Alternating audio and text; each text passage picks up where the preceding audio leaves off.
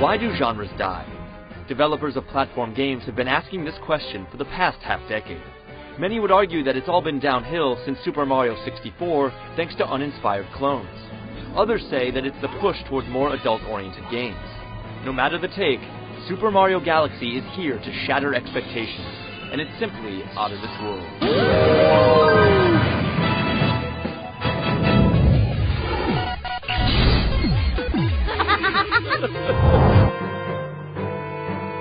When Nintendo traditionally designs Mario games, it creates and perfects the gameplay first, and then it works around those elements to pen the prose. This approach has resulted in a lot of forgettable and repetitive plots. Things are a little different here, but not much. It's the annual Mushroom Kingdom Comet Festival, and Mario and crew are celebrating. Taking advantage of the loose guard, Bowser sweeps in and rips Princess Peach's castle from the ground, taking her into space. In the midst of the fray, Mario gets zapped and conveniently awakens in space. The chase is on. He gets some help from a new character, Princess Rosalina, who offers her observatory as Mario's gateway to the cosmos. And you can pretty much guess the rest. Once again, we have a Mario game with a shell of a story, and this one doesn't even have any ridiculous twists. But if you're interested in Super Mario Galaxy for its story, then you might want to check where you've been for the last 20 years.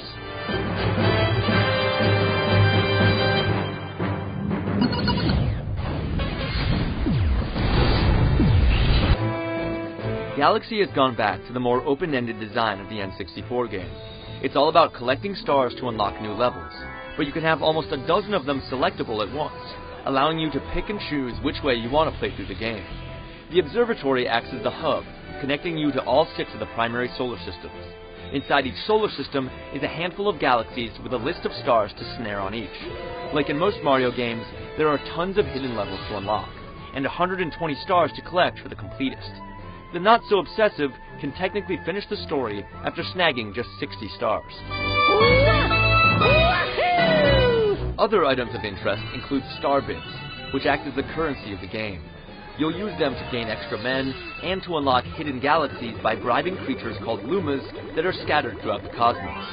Yellow coins restore Mario's health, and eventually you unlock purple coin challenges, where you must collect 100 of them to get a star. They're certainly some of the more demanding challenges in the game.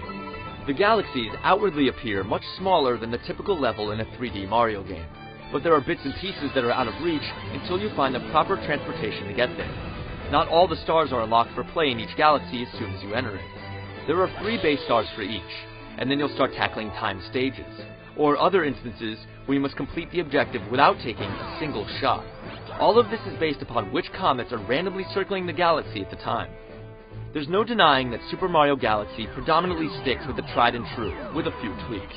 There's always a wide variety of tasks to tackle, but the collecting has been made optional.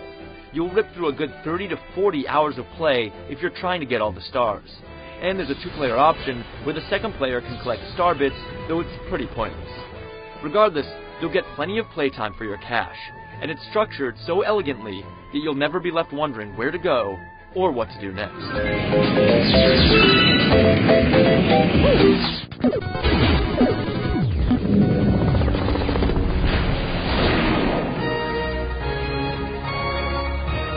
Platformers are an interesting genre, in that they typically include just about every conceivable gameplay style.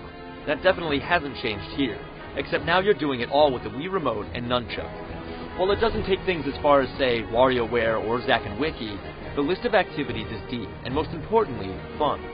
You'll use it to blow Mario in a bubble around a maze, point and click to navigate space, and steer yourself as you race around a liquefied track on the back of a Stingray. You're never going to do the same thing for long unless you want to. All of Mario's prerequisite abilities are intact. You get his spot-on, momentum-based platforming controls, complete with the long jump, flip jump, triple jump, and the like. His lone Wiimote-based actions include the spin attack, which is pulled off by shaking it back and forth, and collecting star bits with the pointer functionality, which becomes a game unto itself.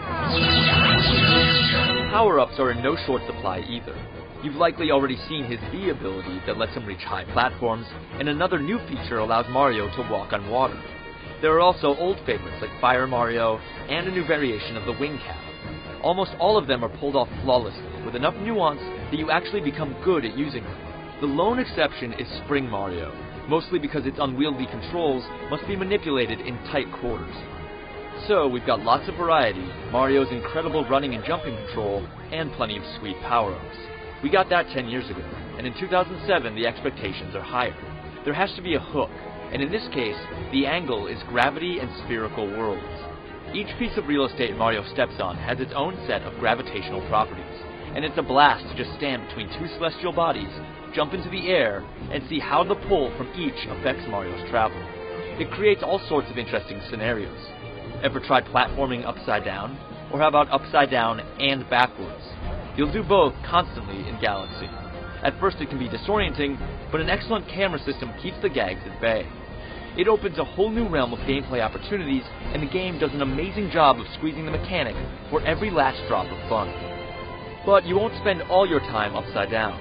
There's also a fair share of flat terrain to help you regain your bearings. And best of all, there's a great selection of old-school side-scrolling levels that work the gravity effect over. Other games have tinkered with spherical worlds, but none have worked gravity into the equation. Super Mario Galaxy absolutely nails them both. Super Mario Galaxy is one of those releases that challenges the perception of how games can play.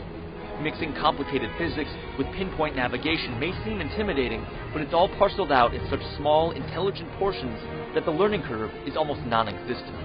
Couple this with the excellent variety and sublime controls, and perhaps we're witnessing the rebirth of the platformer. We think everyone will at least agree that it's miles beyond a backpack filled with water.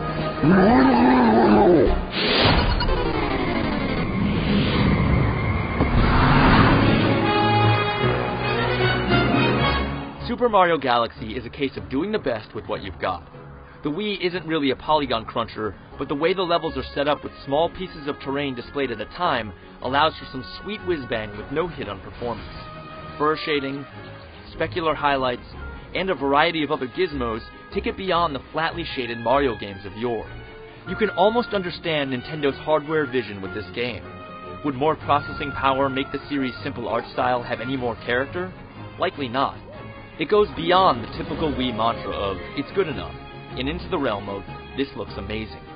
The creativity on display is strictly top shelf, and it makes it easy to forget the repetitive, waterlogged environs from Sunshine. The audio is just as impressive. It may not be Dolby Digital 5.1, but the channel separation in this ProLogic 2 production is incredibly discreet. The compositions are at one moment rousing and the next soothing. You'll simply never grow tired of the music, and you'll find yourself randomly humming some tunes as you go about your day.